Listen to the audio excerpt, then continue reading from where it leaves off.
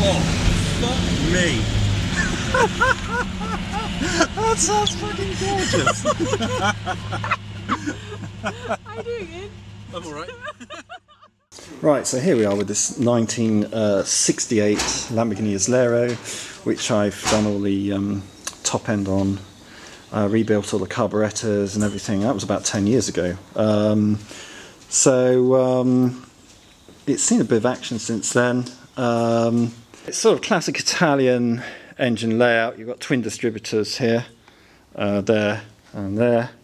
So the engine essentially runs like two 6-cylinder engines, you know, separately. A bit like the 308s do, as two separate 4s. Anyway, there you have it. So today we've got to do the ignition switch. I'll just show you the outside of the car. Hold on a second. There you go. Very pretty. Yeah, very lovely with the knockoff wheels and everything like that, and pop-up headlights. This was the one that came after the 400. It's basically got the same engine as the Miura, also the Espada. In fact, all of the Lamborghini engines are this engine right the way through to the 90s, in fact. This one's a 4-litre V12 with 2 valve per cylinder, but the later ones, obviously, as you know, in the Countach they changed them to 4 valve per cylinder in the 80s, which gave it a massive boost in power and totally changed the characteristics of the engine, going from 2 valves per cylinder to 4 valves. Totally changed the engine and turned it into a real animal. It really performed. So the lighting's so bad here, but it's 2 camshafts per bank, so inlet here, exhaust down there. It's hard to see really in this light. And the engine was originally designed by Bizzarini, who was actually poached by Ferruccio Lamborghini from Ferrari. Bizzarini at the time, I think, was a bit annoyed with Ferrari because he wanted to build a quad camshaft V12, and Ferrari didn't want to do that. Ferrari was quite happy with the single camshaft V12 that they were using on the 250 cars. So Lamborghini basically said, look, you know, come with me and you can build your engine. So Bizzarini went to Lamborghini and that was it. And they've, like I say, used this engine for many years. So anyway, you can see this car's in a lovely kind of midnight blue. So it's very classic. Like I say, today we are going to sort out the ignition switch, which has been a problem on this car now. I've already sort of rebuilt the ignition switch, but it was really burnt out. It was really on its last legs. So we've now got a new ignition switch off of a Miura. So here is the new switch. Like I said, this is off a Miura. So hopefully this should fit without you know, obviously making any changes at all to the car or the wiring or anything like that. It should just go straight on. Obviously it's got a newer key on it, but you know, we'll just have to live with that really. So anyway, so the first thing I'm going to do is take this panel off. Now I don't want to tell you how to hotwire one of these or anything, so I'm going to be fairly try and be fairly discreet, but I think if you owned an Islero, it's always a wise idea to invest in one of those old-fashioned crook locks. That's always the best thing to do, or any old Lamborghini actually. But anyway, let's get that panel off. Yeah, so this car's lovely actually because it's very original. It's not been sort of molested, for want of a better word. It's got all the original interior. The carpets were redone and they're pretty nice. But all the dash and everything is all original. So it's got a very authentic sort of patina to it, a really nice smell. You know, and I always think that these old cars, it's nice to have that. I always think it's such a shame when they get messed around with and people put new interiors in them and everything like that, because when you get in the car, it just smells like a new car. And I like to get in these old things and you feel like you're in like a lovely old machine that has seen a bit of life, really. I think unless you absolutely have to, try and keep the interior as original as possible. At least that's the way I feel about things. Right, so panel off, and that allows us to access the wiring back here. It's pretty basic, really. So here is the old ignition switch. Like I said, I have rebuilt it, taken it apart and tried to get it to go, but it really has burnt out. It's living seriously on borrowed time. The thing is, you know, these things are not easy to get hold of. I thought it might be off a Fiat or an Alfa or something like that, and it probably is, but I couldn't manage to track it down to find out exactly what it was. Thank you. A Mura one became available, so it makes sense to just go with the Mura one, and so that's it. So yeah, so if you can hear, the first position is fuel pumps, and you wait for them to stop ticking, and you have an ignition light, which means your ignition is activated. Then next position is cranking, and it will start. But obviously I haven't prodded it or primed it, so we won't try and start it. I just want to establish certain connections. But that's just starter. Guys, so what I've done is the new switch has it has various things written on it to obviously indicate what they do, but you really need to verify it with a multimeter to make sure that they haven't been set up incorrectly, or the car setup is different. You want to know exactly on your first position, second position, crank position, exactly what connects to what, so that your wires, so you get the right sequence. On this car, you have the feed in, then you have the ignition wire, and then you have the exciter wire for the starter, to crank the starter. So that's the starter wire. As you can see, where the old switch started to break down, it generated heat because it was arcing, and it's actually melted the casing of these wires. The actual connectors are fine. I will have to trim these off and get some new spade connectors, some decent ones. I don't really want to use the only ones I've got are these blue aftermarket ones, and they just look a bit naff. It looks like someone's been in there. So what we need to do is we need to find some original, authentic looking black connectors, so that I can just trim them off, put new ones on, and it won't look like anyone's ever been in here.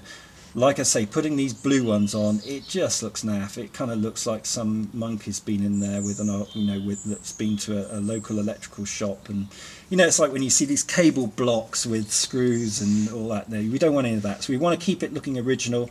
So right now I don't have any of those, so I'm going to have to try and find some. But like I say, the integrity of the spade connectors themselves are fine.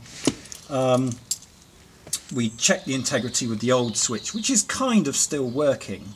So I just labelled it up so you can see the different connectors. So we knew pretty much that we could just transpose it across and all would be fine.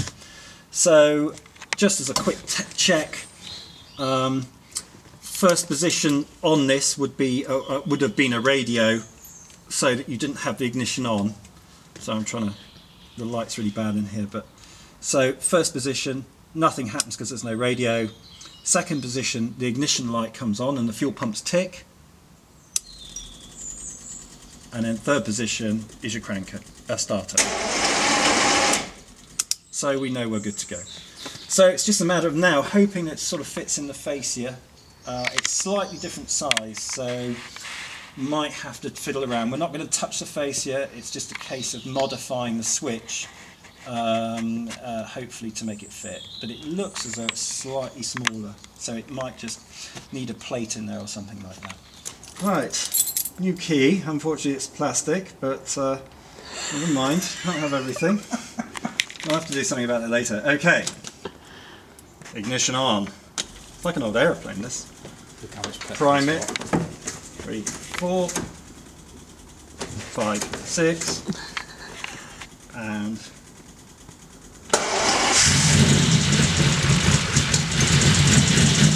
accelerator pumps. These old engines, they've got accelerator pumps on them. They don't have a choke.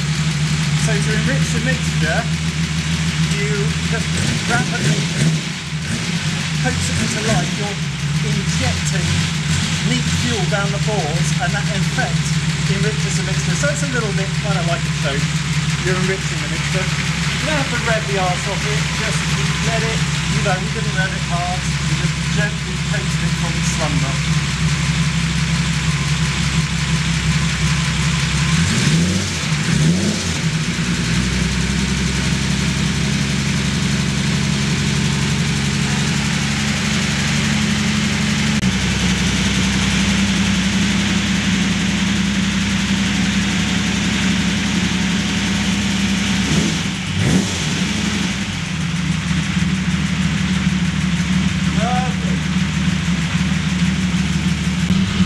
So there you go, here we are in this lovely old Islero, just letting it warm up gently. It hasn't been woken up for about 2 months. Very, very cold here. Look, my breath. So anyway, an ignition switch. Yeah, it doesn't look too bad. It's okay. So a nice, simple little job, but it can mean the difference between you motoring or sitting on the side of the road waiting for a breakdown truck. And in this case, it was sitting on the side of the road waiting for a breakdown truck.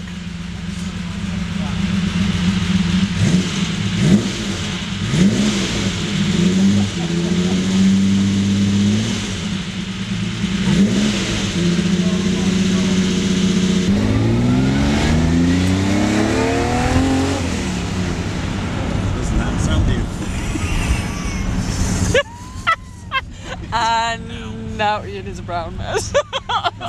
Is it right here? Yeah, right. And then straight over the roundabout. Okay.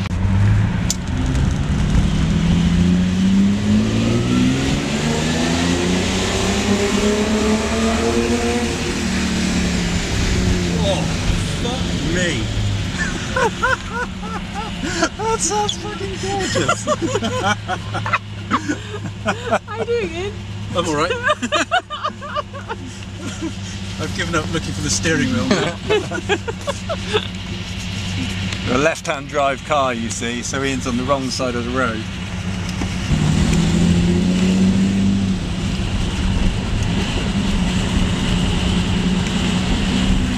Right, a bit of hill climb music now.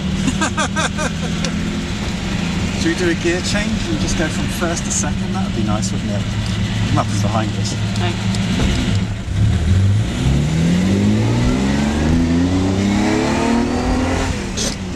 Oh, it doesn't. Yeah, second's a bit lazy, isn't it?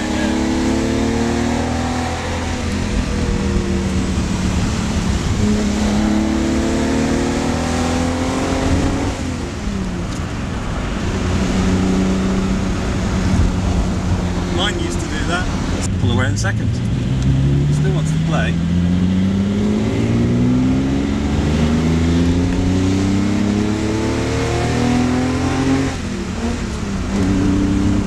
Beautiful. What a beautiful engine. Oh.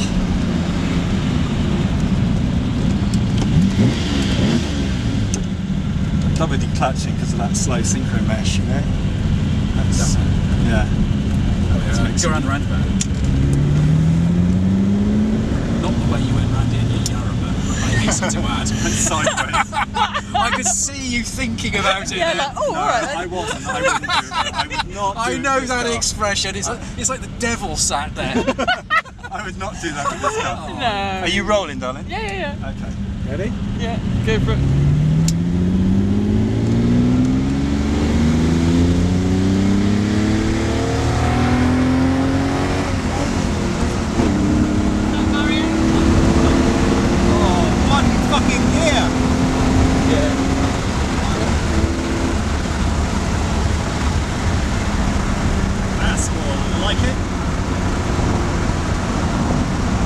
Lovely. Now, we need to do a downshift in the third.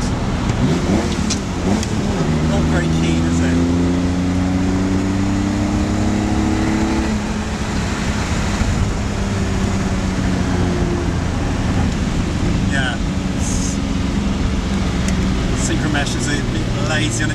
Has he changed the oil in the gearbox? Yes. He has. What did he put in it? Red line? I don't know. Tempted to say go with some red line. No. Yeah.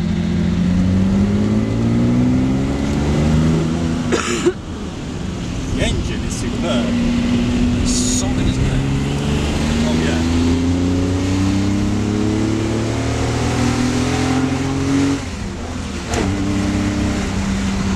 Beautiful. Fuck me. That is fucking mental. Listen to the noise that makes. It is gorgeous. Nothing behind me. No, you're fine.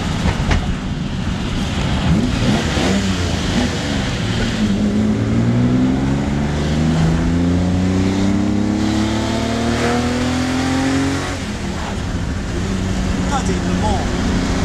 The steering is way better now, isn't it? Yeah, you did that, didn't you? I did that, yeah. Definitely much better. It's still as crisp as the day I did it. I remember that day outside the garage in Sunset. That's right. But it used to wander all over the bloody road, didn't It it? was wobbly as well. It was Yeah. awesome. It feels good now. Okay. Anyway, thanks for watching.